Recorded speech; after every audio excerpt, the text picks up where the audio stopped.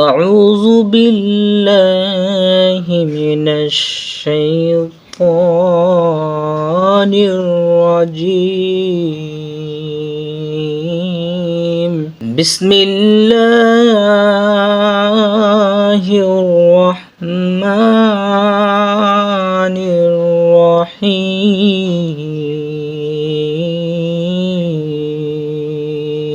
وإذ نجيناكم من آل فرعون يصومونكم سوء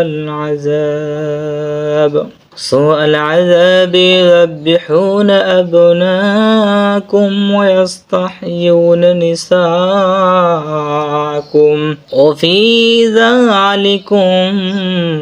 بلاء من ربكم عظيم وإذ فرقنا بكم البحر فأنجيناكم وأغرقنا آل فرعون وأنتم تنظرون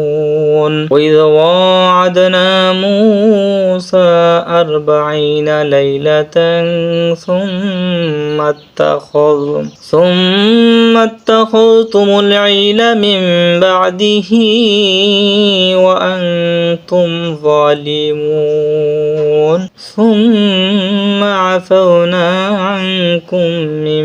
بعد ذلك لعلكم تشكرون وإذ قال موسى لقومه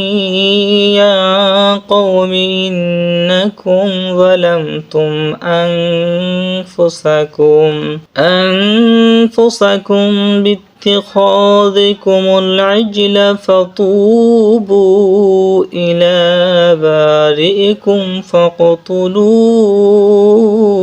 أنفسكم ذلكم خير لكم عند بارئكم فتاب عليكم إنه هو التواب الرحيم وإذ قلتم يا موسى لن نؤمن لك حتى نرى الله جهرة فأخذتكم الصاعقة وأنتم تنظرون ثم بعثناكم من بعد موتكم لعلكم تشكرون وظللنا عليكم الغمام وأنزلنا عليكم المن والسلوى كلوا من طيبات ما رزقناكم وما ظلمونا ولكن كانوا أنفسهم يظلمون صدق الله العظيم